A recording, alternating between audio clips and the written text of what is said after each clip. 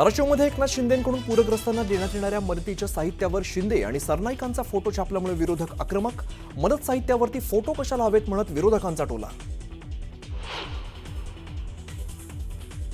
सोलापूरच्या दारफळमध्ये मुख्यमंत्र्यांकडून पूरग्रस्त भागाची पाहणी. नियम शिथिल करून शेतकऱ्यांना मदत करणार, मुख्यमंत्र्यांचं शेतकऱ्यांना आश्वासन. छत्रपती संभाजीनगरच्या सोमठाणा गावात कृषी मंत्री दत्तात्रय भरणेंनी केली पाहणी. दौऱ्यादरम्यान पूरग्रस्तांनी भरणेंना घेरलं. शेतकऱ्यांनी केली कृषी मंत्र्यांवरती प्रश्नांची सरबत्ती. शेतकऱ्यांच्या ओला दुष्काळ जाहीर करण्याच्या मागणीला अजितदादांची बगल. पंचनामे करू, कोणालाही वंचित ठेवणार नाही म्हणत ओला दुष्काळावरती थेट बोलणं अजितदादांनी टाळलं. उद्धव ठाकरेंच्या उद्याच्या मराठवाडा दौऱ्यावरून नवनाथ बन यांची टीका. लंडन वारीत त्यांना जास्त आनंद झाला असता म्हणत बन यांचा राऊतांसह उद्धव ठाकरेंना टोला. आसमानी संकट ओढावलेल्या शेतकऱ्यांना मंत्री छगन भुजबळ यांचा मदतीचा हात. 1 महिन्याचं वेतन मुख्यमंत्री सहाय्यता निधीला देणार, छगन भुजबळ यांची माहिती. आणि मुसळधार पावसामुळे माढा तालुक्यातील मुंगशी मार्ग बंद. सर्व सरकारी कार्यालय पाण्याखाली गेल्यामुळे मोठं नुकसान.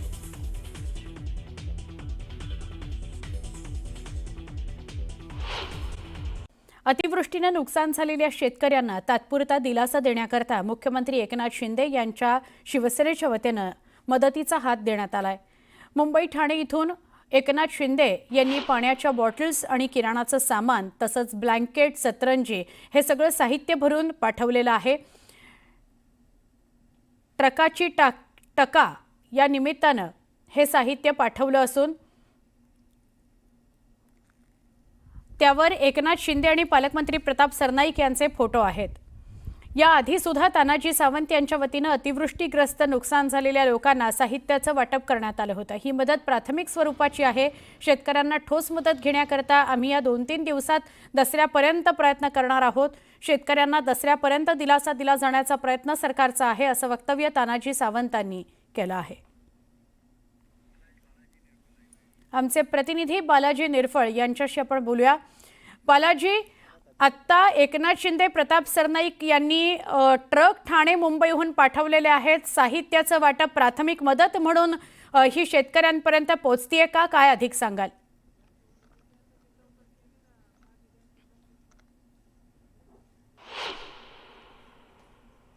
सुवर्णा, ज्या पद्धतीनं अतिवृष्टीनं मोठं नुकसान जे आहे ते शेतकऱ्यांचं झालेलं आहे. अख्खी घरची घरं वाहून गेलेली आहेत, घरातलं अन्नधान्य वाहून गेलेलं आहे. मी आपल्याला पाठीमागं पाहू शकतो, जो तो ट्रकचा उल्लेख केलेला आहे ती ट्रक प्रताप सरनाईक पालकमंत्री आहेत धाराशिव जिल्ह्याचे आणि एकनाथ शिंदे यांच्या नावाचे जे आहेत ते बॅनर लावून ज्या ट्रक आहेत त्या ट्रक सगळ्या धाराशिव जिल्ह्यात दाखल झालेल्या आहेत.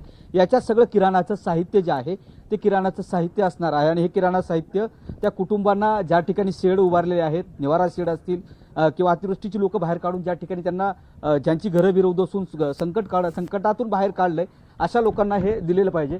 याच्यात सुवर्ण एक बघितलं पाहिजे की याच्यावर असं त्यांनी पूरग्रस्त बांधवांसाठी शिवसेना युवा सेनेची मदतीची हात बाजीराव चव्हाण असे त्यांचं नाव आहे. मात्र प्रताप सरनाईक आणि एकनाथ शिंदे यांच्या नावाचे बॅनर आहेत. वरील पुन्हा जर बघितलं आपण तर श्रीकांत शिंदे असतील, तानाजी सावंत असतील यांचे सगळे याच्यावरती फोटो छापण्यात आलेले आहेत. एक प्रकार ब्रँडिंग म्हणता येईल. ते ब्रँडिंगचं जे आहे ते दुष्काळग्रस्तासाठी करण्याचं काम जे आता केलं जात आहे. ही मदत जरी देणं गरजेचं असलं तर त्याच्यावरती फोटो सुद्धा छापलेले आहेत, त्यामुळे विरोधक याच्यावर प्रश्न उपस्थित करू शकतात. सोलापूरच्या बार्शी तालुक्यात चांदणी नदीला आलेल्या पुरामुळे शेतीचं प्रचंड नुकसान झालेलं आहे. तालुक्यातील आगळगाव परिसरातील उभ्या पिकांची माती वाहून गेलेली आहे. नदीपात्रात मोठ्या प्रमाणात पाणी आल्यानं नदीनं आपला मार्ग बदलल्यामुळे शेतकऱ्यांचं मोठ्या प्रमाणात नुकसान झालेलं आहे. सोलापूरच्या बार्शीमधली ही काही दृश्य आहेत. बार्शीमध्ये पावसाचं थैमान सुरू असल्याचं पाहायला मिळतंय. तर तिकडे बीडच्या आष्टी तालुक्यातील पाटसरा आणि परिसरात 2 दिवसांपासून सुरू असलेल्या पावसानं शेतकऱ्यांचं प्रचंड नुकसान झालंय. शेतकरी आपल्या शेतातील पिकासह शेती डोळ्या देखत वाहून जाताना पाहतोय. संपूर्ण शेतीच वाहून गेल्यानं पेरायचं कुठे असा सवाल शेतकरी उपस्थित करतायत. पूर ओसरल्यानंतर नुकसानीची तीव्रता लक्षात येते.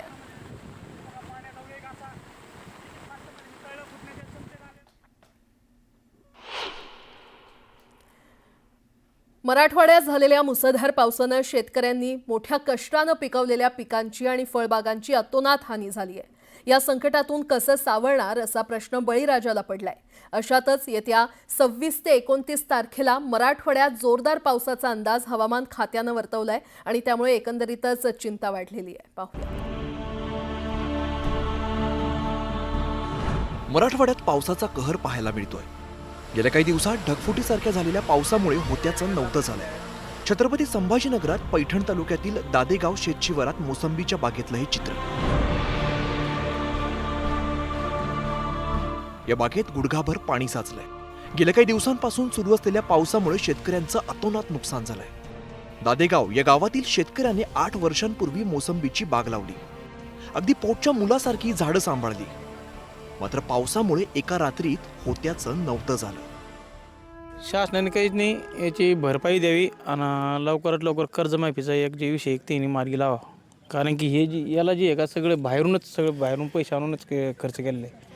आणि आता हे तोडायला आलेले 1-2-4 दिवसात याला तोडायला जमत होतं. आता हे पाणी खाली बी झाली, ताबडतोब याचे फळं आहे का पूर्ण खाली येणार आणि हे झाड पण राहणार नाही. झाड याला काढून टाक लागणार उन्हाळ्यात.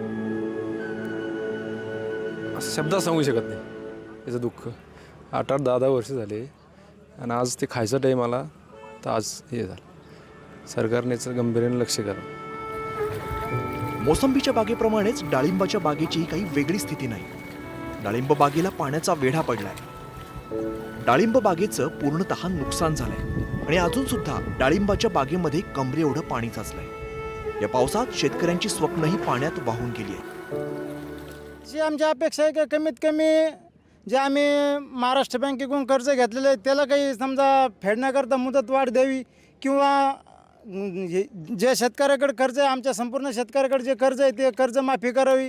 नाही तर कमीत कमी थोडीशी तातडीची मदत म्हणून देवेंद्र फडणवीस साहेबांनी कमीत कमी ह्या झालेल्या नुकसानीचे पंचनामे करायला शासनाला सांगावे आणि थोड्याफार प्रमाणात का होईना आम्हाला एक उभं राहण्यासाठी किंवा थोडं धीर म्हणून एक थोडीशी मदत तरी करावी.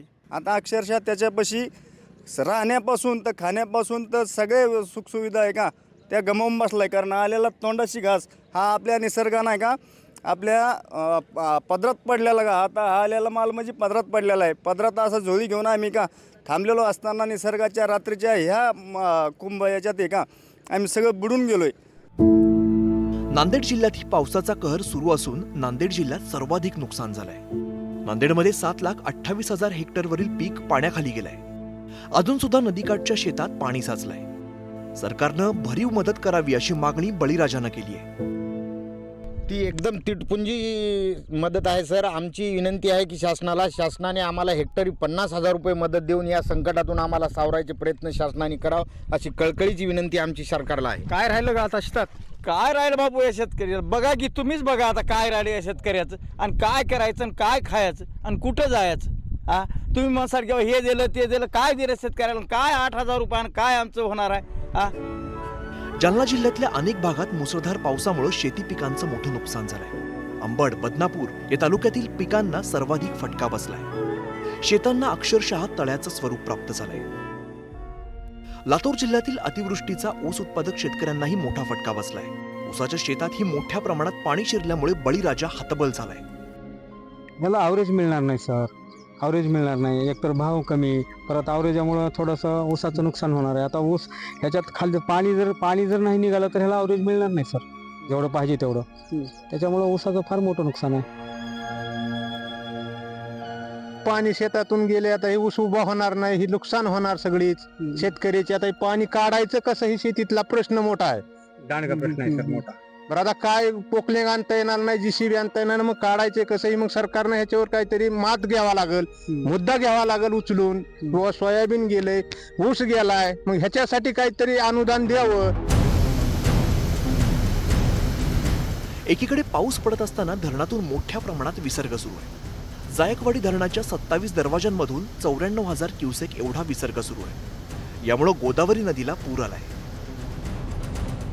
हवामान विभागानं दिलेल्या अलर्टमुळे मराठवाड्याची चिंता वाढली आहे. मराठवाड्यात पुढील काही काळ मुसळधार पावसाचा अंदाज आहे. 26, 27 आणि 28 सप्टेंबर रोजी मराठवाड्यात पुन्हा अतिवृष्टी होण्याचा इशारा देण्यात आलाय.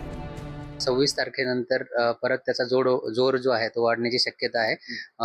मेनली एक जे कमी दाबाचं क्षेत्र येणाऱ्या 24 ते 48 तासामध्ये बनणार आहे आणि त्याची पश्चिमेकडे मुवमेंट असणार आहे आणि त्यामुळे नक्कीच मराठवाडा आणि साऊथमध्ये महाराष्ट्राचा काही भाग आणि विदर्भातील दक्षिणेकडचा भाग या सगळ्या एरियाजमध्ये मुसळधार पावसाची शक्यता स्पेशली 26, 27, 28 आणि 29 ह्या पिरियडमध्ये असण्याची शक्यता आहे.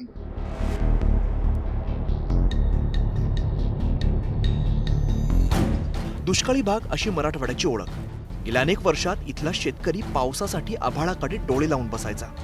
मात्र यंदा हा पाऊस इतका कोसळलाय की त्यामुळे झालेल्या नुकसानामुळे शेतकऱ्याच्या डोळ्यात अश्रूंचा महापूर आलाय.